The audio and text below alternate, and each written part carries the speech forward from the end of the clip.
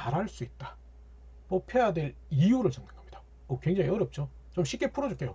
지원 동기를 서론 본론 그래서 근데 다른 사람이 누구냐? 모든 경쟁자가 아니고 여러분 과 친구들보다 조금 다른 경험.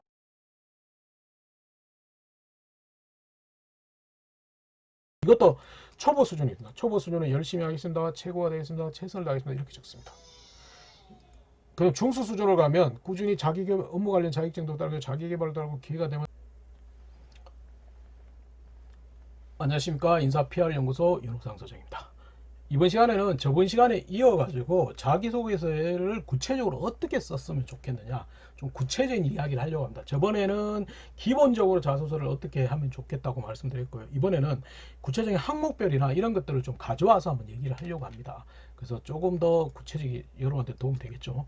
그래서 일단은 자기소개서는 가장 중요한 거는 뭐냐, 다른 사람과 조금 다른 경험이 가장 좋다고 그랬습니다. 그래서 근데 다른 사람이 누구냐? 모든 경쟁자가 아니고 여러분 과 친구들보다 조금 다른 경험을 하는 게 의미가 있다 라고 말씀을 드렸고요. 근데 그게 없으면 똑같은 경험 속에서도 다른 생각, 다른 논리, 다른 행동, 이거만 있으면 관계없다. 그래서 뭔가 자기만의 거를 적는 게 가장 좋다고 말씀을 드렸습니다. 그래서 그렇고요. 그 다음에 이제 조금 두 번째는 이제 큰 경험보다는 자꾸 구체적인 에피소드를 끄집어 와야 됩니다. 그래서 과대표로 해서 제가 리더십 있습니다. 이거보다는 롯데리아나 서비스 아르바이트를 많이 해서 제가 이게 있습니다. 서비스 마인드가 있습니다. 보다는 롯데리아 아르바이트 할 때 그때 이런 일이 있었습니다. 그래서 그걸 통해서 어떻게 그 경험에서 어떤 노력, 어떤 행동 어떻게 해가지고 결과가 어떻게 됐습니다. 그래서 제가 서비스 마인드 이러시오. 왜? 그렇게 구체적인 에피소드를 끄집어야지 짧은 시간에 인사 담당자 면접관 마음을 움직일 수가 있습니다. 그렇기 때문에 화면에 본 것처럼 큰 노르웨이 국기 속에는 작은 국기가 숨어 있답니다. 저도 몰랐는데 우리 꼬맹이들은 잘 알더라고요. 그런 관점에서 작은 에피소드를 자꾸 끌고 나오는 게 자기소개서는 스토리텔링 하기도 좋고 그 다음에 여러분의 역량을 증명하기도 가장 좋다는 걸 좀 기억하십니다. 그래서 항목별로 이거는 뭐냐면 모든 걸 다 할 수 없기 때문에 이제 일단은 기본 항목별로 좀 얘기를 해보려고 합니다. 그래서 이제 가장 첫 번째 성장 과정, 성장 배경을 요구하는 경우. 그래서 이거 좀 생각해 보자고요. 성장 과정, 성장 배경. 그래서 이건 좀 옛날 거지만, 그래서 성장 과정. 근데 요즘에는 큰 기업들은 엄밀해서 성장 과정을 크게 요구하지는 않습니다. 왜냐하면 여러분의 아버님, 부모님 세대들이 다 똑같기 때문에. 왜? 친구 아버님이나 우리 아버님 거의 직업도 똑같고요. 그래서 별로 요구 안 합니다. 그래서 롯데나 신한은행 정도만 요구하고 있고요. 근데 이거는 두 가지 전략이 있습니다. 일단은 성장 과정하고 학창 시절이 있는 경우는 성장 과정에서는 내가 고등학교 때까지 경험을 적는 게 낫고요. 학창 시절은 오히려 내가 대학 중심으로 쓰는 게 맞겠죠. 그래서 그런 형태로 되는데, 근데 만약에 학창 시절이 없고 성장 과정만 있다. 그럴 경우는 굳이 옛날 얘기를 할 필요는 없다. 최근 얘기 대학 중심으로 얘기해도 관계는 없습니다. 근데 좋아. 그러면 두 개가 분리되어 있다고 생각할 때 일단은 가장 첫 번째 기본적으로 성장 환경, 실제 아버님이 자립신강에서 저 또한 자립신강했습니다. 이런 논리는 없다. 이게 보면 말과 같이 큰 고양이고요. 그 다음에 토끼랑 같이 큰 개의 모습입니다. 그래서 환경적인 요소가 여러분한테 영향을 준다. 이거는 이제는 안 믿는다. 그래서 제일 피해야 될 거는 이겁니다. 아버님이 자립신강에서 저 또한 자립신강했습니다. 이거는 아닙니다. 유전 아니잖아요. 그래서 가장 좋은 소재는 이미 다른 얘기할 때, 다른 자기소개서 얘기할 때는 했습니다. 기본적으로 가장 좋은 거는 경험 정리할 때 한번 얘기했었죠. 이건 뭐냐? 큰 경험보다는 작은 에피소드. 그래서 그때 뭔 얘기했냐면, 기억 안 나실 때 다시 한번 얘기하면, 초등학교 때 어머니한테 잘못해서 종아리 300대를 맞았습니다. 그죠? 그래서 그 경험을 통해서 제가 뭐랄까 실제 보면 끈기가 제 장점이 됐고요. 그게 최근 어떤 경험에 이어졌습니다. 이런 식의 논리가 좋습니다. 그래서 가장 중요한 일대기를 적는 것도 아니고요. 아버님 어머님의 직업이나 이런 환경적인 거 적는 거 아니고요. 뭐 어렸을 때부터 뭐 아버님 가훈 이런 얘기 하지 마시고, 그 다음에 뭐 일대기 그 뭐 대가족에서 뭐 예의가 바르고 이런 얘기 하지 마시고, 그리고 공대 친구처럼 그 다음에 금융권 친구처럼 어렸을 때부터 전공과 직무 연결하는 거 하지 마시고요. 자꾸 분해했다. 그 다음에 뭐 엄밀히 와서 금전출납부 용돈기입장 현대차 자동차 프라모델 이런 얘기 안 했으면 좋겠습니다. 그래서 고등학교 때까지 경험 중에 특별한 경험 하나, 그걸 통해서 어떤 장점이 됐고요. 최근 어떤 경험이 이어졌습니다. 이 구조가 제일 좋습니다. 그걸 추천하고 싶습니다. 근데 좋아. 그러면 정 없다. 아버님 어머니를 내세워야 된다. 좋아. 그러려면 그건 됩니다. 자립심강한 아버님을 지켜보면서 제가 중학교 때부터 우유배달, 대학교 때 다양한 아르바이트를 해서 저 또한 자립심강. 나의 얘기가 살짝 들어가는 거 좋다. 무슨 말인지 아시겠죠? 그럼 성장 과정 어떻게 되는지 아시겠죠? 두 번째는 성격의 장단점이에요. 성격의 장단점. 그래서 뭐 장점 하나, 단점 하나 적는 게 요즘에 포멀합니다. 예전에 장점 2개 적었는데 이제 하나 적는 게 좋습니다. 그래서 장점은 가급적 지어 문제와 연관되는 장점 좀 적었습니다. 성실합니다, 꼼꼼합니다 보다는 지어 문제와 연관되는 거. 엄밀해서 예, 저는 굉장히 창의적인 아이디어를 가지고 있습니다. 이러서 저는 문제 해결력이 좋습니다. 순발력이 좋습니다. 이런 식의 좀 그게 좋습니다. 관찰력도 괜찮고요. 품질 관리, 관찰력이 뛰어납니다. 이것도 괜찮습니다. 근데 장점은 적으면 장점에 대한 그 경험 에피소드를 같이 넣어주면 되죠. 그럼 장점은 잘 적는데 문제는 단점 적으라면 이게 뭐냐 봅니다. 단점, 약점을 적어라. 근데 이걸 왜 묻는지를 생각해야 돼요. 단점, 약점은 여러분들한테 질책하려고 묻는 게 아니고요. 여러분이 잘 알고 있는지 쿨하게 인정하는지 이거 보려고 합니다. 그러면 단점은 일단 피해야 될 4가지가 있습니다. 첫 번째, 절대적으로 쓰면 안 되는 단점은 첫 번째는 장점 같은 단점. 썸 따는 것도 아닌데 왜 그런 걸 쓰는지 모르겠어요. 그리고 배웠으니까 그럴 거예요. 두 번째는 장점이라고 적어놓은 다음에 반면에 이런 면이 단점을 나타납니다. 이건 장점도 안 되고 단점도 안 돼버립니다. 세 번째는 단점인데 제가 이러이러한 노력을 통해서 개선했습니다. 개선하면 단점 아니잖아요. 네 번째는 최악인데 단점인데 제가 지원하는 분야는 장점이 될 것 같습니다. 이건 궤변입니다. 그래서 이거는 단점을 어떻게 되냐, A4전에 노트에 적어보는 겁니다. 내 단점이라는 거 다 적어봅니다. 주변에 친구한테 물어보고 내 단점이 뭐야? 좋아, 인간성 더럽다. 좋아, 인간성 더럽다. 적는 거예요. 적은 다음에 지원 분야의 치명적인 단점 적으면 안 되죠. 그걸 지우는 겁니다. 이렇게 지우다 보면 한 3-4개 나오는데 그중 하나만 들고 오면 되잖아요. 여러 개 얘기할 필요 없잖아. 근데 자소 쓸 때는 표현도 단점이라는 표현 쓰지 말자. 장점 썼죠. 반면에 이러이러한 점이 가끔 나타납니다. 이 가끔이라는 단어를 써야 됩니다. 자주, 종종이라고 쓰면 안 되겠습니다. 가끔 나타납니다. 좋아. 거기인데 단점에 대해서 설명이나 사례를 갖다 붙이면 커져버립니다. 안 하는 겁니다.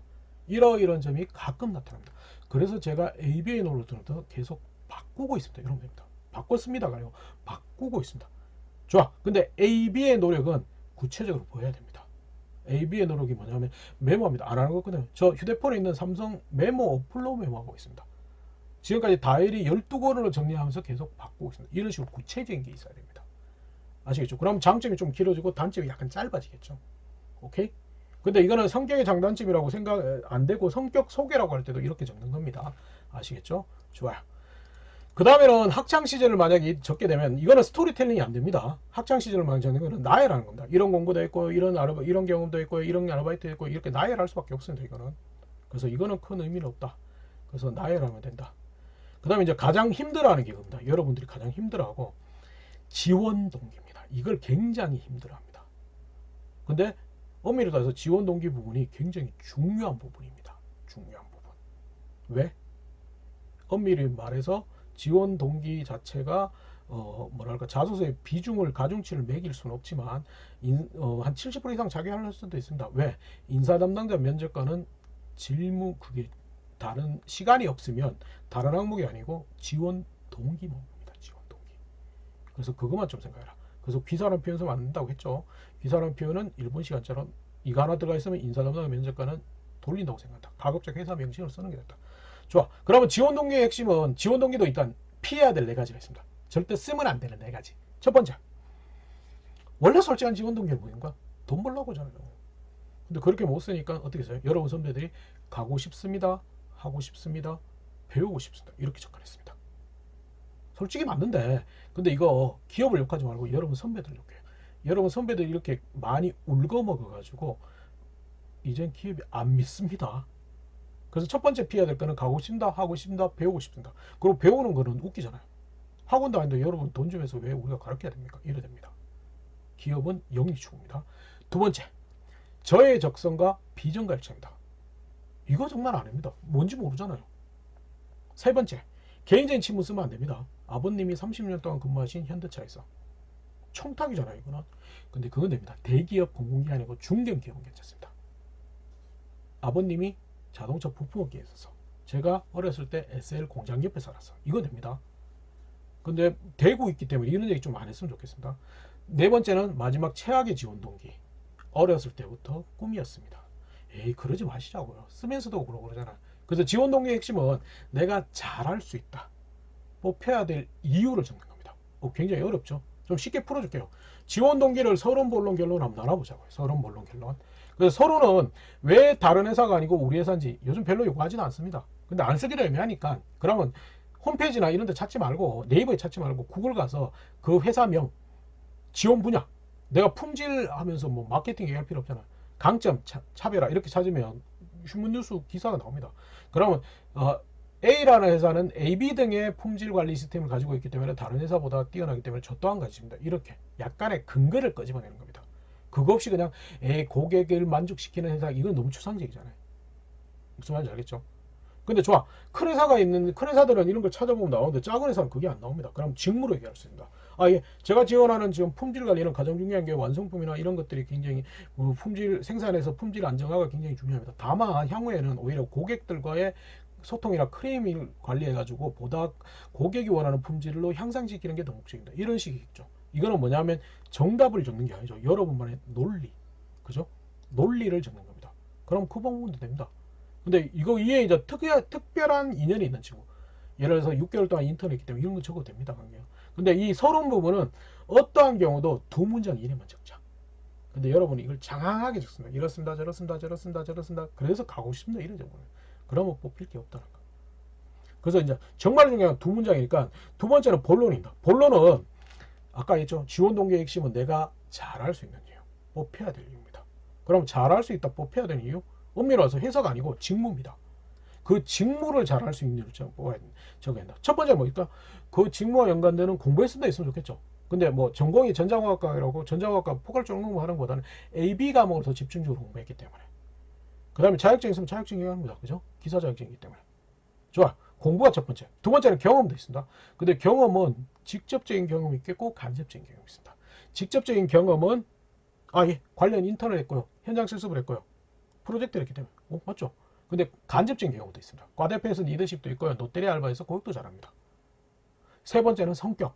이걸 핵심적으로 요약, 정리, 나열한 다음에 잘할 수 있습니다. 하면 돼요. 잘할 수 있습니다. 괜히 어려운 말, 이바지 할 수 있습니다. 일조 할 수 있습니다. 이런 말 안 씁니다. 잘할 수 있습니다. 하면 돼요. 아시겠죠? 근데 문제는 지금 본론에 제가 적으라는 항목이 다른데 다 적어놨어요. 성격에 적어놓고 학생실에 적어놓고 여기 저기 다 적어놨어요. 맞습니다. 이거는 요약입니다. 결론 파트라고 그러잖아요. 인사 담당의 면접 가는 시간 없으면 얘만 본다 그러죠. 결론 파트입니다. 그러니까 다른 걸 다 적고 난 다음에 핵심적으로 요약해서, 다른 데는 구체적으로 적고요. 여기는 A 프로젝트를 통해서 이런 장점을 제 것으로 만들었기 때문에 이렇게 간략하게 적으면 되겠죠. 아시겠죠? 그러면 지원 동기 어떻게 적는 방식인지 알겠죠? 이 지원 동기는 자주 이렇게 적었다면 면접 때는 그대로 얘기를 하면 됩니다. 그죠? 근데 지원 동기를 적고 나면 꼭 한 놈이 따라다니거든요. 한 놈이 더 따라다니는 놈이 입사 후 포부라는 놈입니다. 입사 후 포부. 이것도 굉장히 중요한 항목이 됐습니다. 그래서 이것도 초보 수준입니다. 초보 수준은 열심히 하겠습니다. 최고가 되겠습니다. 최선을 다하겠습니다. 이렇게 적습니다. 그럼 중수 수준으로 가면 꾸준히 업무 관련 자격증도 따르고 자기개발도 하고 기회가 되면 대학원이나 MBA도 가겠습니다. 이런 식으로 적습니다. 근데 중수로 적을 것 같으면 초보로 적으세요. 중수는 일 안 하겠다는 거거든. 일 안 하겠다. 내 대학원 갈 테니까 일찍 퇴근시켜, 이런 논리밖에 안 되잖아. 그래서 우리는 이게 벗어나서 고수나 달인의 경지가 돼야겠죠. 뭐 이런 것들은 재미없으니까. 고수나 달인의 경지. 이건 딱 두 가지 구조입니다. 첫 번째는 직무 관련 목표를 던져주는 겁니다. 직무 관련 목표, 뭐, 내 품질하면서 10년의 인사가 있겠습니다. 이러면 안 되잖아요. 그죠? 그래서 직무 관련 목표. 디테일하면 좋습니다. 근데 1년, 3년, 5년, 10년 나누자. 1년, 3년, 5년, 10년 나눌 필요가 없습니다. 그걸 나눌 수 있는 건 노때. 왜? 노때는 입사 후 10년 후 시나리오라고 하거든요. 근데 그건 필요 없어. 그러면 대기업은 10년 후, 공공기관 10년 후, 그 다음에 중견, 중소는 5년 후 목표가 좋습니다. 근데 목표는 디테일하면 좋겠습니다. 그래서 뭐냐면, 품질, 맞아요. 현대차 프렌트 운영이랑 프렌트 운용에서 품질 관리 잘하겠습니다. 이 정도, 품질 관리 잘하겠습니다. 이 정도가 아니고, 진짜 6공장에 뭐 LZ, 이거는 현대차는 뭐냐면 자동차 모델명이 있거든요. 그래서 소나타 이런 것보다 그 모델명 찾아주는 게 좋아요. LZ 공장에서 품질 관리 최고 전문가 됐습니다. 이런 식의. 삼성, 휴대폰 DS에서 실제 보면 휴대폰에서 연구개발 중에서 하드웨어 중에서 저 안테나를 잘하겠습니다. 이런 식으로 타겟을 찝어놓습니다. 전체적으로 포괄적 높이는 거 타겟을 찝어버립니다. 왜? 그렇게 찝어야지만 얘가 우리 회사 들어오기 위해서 찾아봐냅니다. 포괄적으로 품질을 잘하겠습니다 하면 어떤 능력이냐, 얘 하나 써서 돌리는구나, 이렇게 해봅니다. 생각해. 타깃이 정해졌죠? 근데 걱정할 필요는 없어요. 그게 입사하고 부서 배치는 다시 왔습니다. 예? 근데 그것만 이제 목표 제시하면 끝이냐? 여기 보면 액션 플랜이라고 했죠. 액션 플랜. 이거는 뭐냐면 행동 실천 계획입니다. 그 목표를 달성하기 위해서 입사 후에 어떻게 할까? 왜? 지원 동기는 내가 지금까지 준비했던 거 얘기합니다. 이거는 입사 후에 어떻게 할 거냐? 예, 품질 관리 잘하기 위해서요. 예, 입사 후에요. 기존의 품질 분량에 대해서 유형을 제 나름대로 다시 재분류해가지고 어떻게 할 겁니다. 예, 자동차 품질은 가장 중요한 게 고객들의 살아있는 목소리가 중요하기 때문에 인터넷 자동차 동아리 카페에 가입해서 어떻게 하겠습니다. 이런 걸 적으라는 거. 근데 이거 적으라면 이제 걱정해요. 왜? 정답이 아니면 어떡할 건가. 근데 미안하지만 현직자도 정답을 못 적습니다. 틀린 답변 적어도 됩니다. 왜? 인사 담당자 면접관한테 여러분이 지가 어떤 일을 하는지 알고 있네, 요 뉘앙스만 남겨주면 됩니다. 아시겠죠? 그래서 여기까지가 굉장히 중요합니다. 그 다음에 이제 자주 묻는 건 얘기한다면 이제 대기업은 글자 제한수가 있어가지고 천자면 천자 다 채워야 돼요. 이게 채용 설명은 꼭 묻습니다. 제 질문인데 천자 글자 수가 굉장히 중요합니까? 천자를 다 채워야 됩니까? 이렇게 얘기하는데 현직 인사들은 똑같은 얘기입니다. 글자 수가 중요하지 않습니다. 내용이 중요합니다. 이렇게 얘기하는데 사실은요, 심사를 하다 보면 화면에서 거의 비슷하게 끝나요. 근데 어떤 친구가 좀 짧게 끝났다. 그럼 나도 기분 나빠요. 그렇기 때문에 글자 수는 가급적 채우는 게 맞습니다. 그 다음에 자유양식의 자유수. 오늘 얘기한 게 성장과정, 성격 속에 이게 예전에 자유양식이었죠. 근데 이제 그렇게 적으면 좀 이상하잖아요. 성격 속에 이거 굳이 그렇게 적을 필요가 없을 것 같아요. 그래서 자유양식일 경우는 추천하는 거는 첫 번째, 지원 동기. 내가 강조하고 싶은 걸 제일 앞에 갖다 놓은 거야. 지원 동기. 제일 마지막이 입사 후 포부. 그렇게 적고 난 다음에 그 사이에는 뭐냐, 나는 A 프로젝트 한 문단 적어야지, 나 B 알바한 거 적어야지, 이런 식으로 나눠가지고 여러 문단을. 그래서 가장 자유양식은 A4지를 기준으로 하면 한 장 반에서 2장 정도를 구성하는 게 가장 좋습니다. 아시겠죠? 그 다음에 생활신조 이런 거 적을 때는 엄밀해서 생활신조는 착하게 살자만 적는 게 아니고 그래서 그걸 실천하기 위해서 이런 노력 했습니다 하면 돼요. 그 다음에 지원 분야 다른 전공은 성적 증명서를 보든지 내가 자격증이나 경험으로 얘기해도 충분히 됩니다. 뭐 지식이 없으면 그걸 빼도 되겠죠. 그래서 그런 형태. 그 다음에 6번처럼 사무직이랑 경영지원직 이렇게 돼 있으면 타겟을 정해 보십시오. 인사면 인사, 총무, 회계면 회계, 이런 식으로 타겟을 정해서 찍는 겁니다. 그래서 이거는 어떻게 하냐, 채용 공고가 나오면 정확하게 안 보이면 전화해 보시면 돼요. 그럼 이거는 정확하게 알려줍니다. 왜? 거기에 따라서 그 직무 따라서 준비할 게 다르기 때문에, 장점을 어필할 게 다르기 때문에 알고 가시는 게 좋아요. 그럼 7번처럼 구학기나 휴학 이런 거는 아예 언급하지 마세요. 이건 자소서에 언급하. 휴학 중일 때 이렇게 얘기하면 면접에 또 묻습니다. 그러면 이거는 만약에 면접 때 물으면 한 학기나 두 학기 정도는, 뭐 1년 정도는 취업 준비가 덜 돼서 열심히 공부했습니다 이러면 돼요. 근데 1년이 넘어서 공무원 준비를 한 2년 했다. 그러면 공무원 준비를 2년 했는데 지금 미련 없습니다 이렇게 얘기하면 돼요. 그게 지원 분야에 어떻게 장점이 될 거다, 이런 얘기 좀 안 했으면 좋겠습니다. 아시겠죠? 그래서 그런 논리. 그 다음에 이제 자기소개서와 약간 다른 공공기관 가면 경험기술서, 경력기술서를 적는 경우가 있습니다. 이거는 따로 양식이 있는 경우도 있고 자소서 질문 중에 하나씩 들어가 있는 게 있습니다. 근데 얘기했다면 첫 번째 경험기술서라는 것은 지원 직무와 연관되는 돈을 안 받고 한 겁니다. 스터디나 동아리 뭐 이런 거 되겠죠. 근데 이제 경력기술서는 돈을 받고 한 겁니다. 그럼 아르바이트나 이런 게 인턴 이런 것도 되겠죠. 그래서 그런 부분인데 이 부분은 굳이 뭐 자소처럼 서술형으로 물을 필요는 없어요. 그래서 목적성은 뭐냐, 지원 직무를 잘 할 수 있는 거죠. 그래서 그러면 경험 경력 기술서는 지원 직무와 연관성 없는 걸 적는 건 아니겠죠.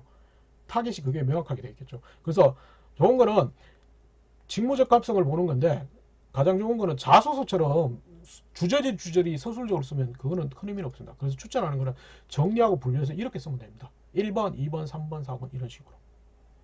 이런 식으로 나열하면 됩니다. 근데 여기서 가장 중요한 거는 본인이 했던 성과라든지 본인이 개선했던 거는 별도로 표기해 줘야겠죠.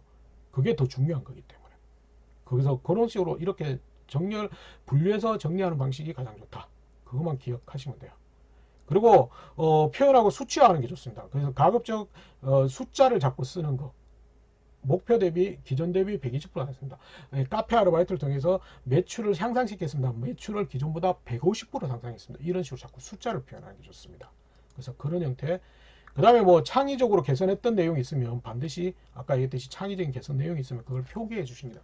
그래서 가장 좋은 거는 주어진 업무를 나열하는 게 경험, 경력, 기술서입니다. 근데 그거 이외에 본인이 스스로 찾아서 했거나 이런 거는 별도로 표기해 주고 작은 성과라도 그래서 만약에 현장 실습을 해가지고 제가 뭐 이런 걸 개선했습니다라고 하지만 개선해 가지고 실제 보면 정확한 금액은 아니더라도 뭐 원가에 얼마만큼을 뭐 절감했습니다. 이런 식도 좋습니다. 정확한 금액이 아니라도 관계가 없습니다. 아시겠죠? 그래서 그런 거.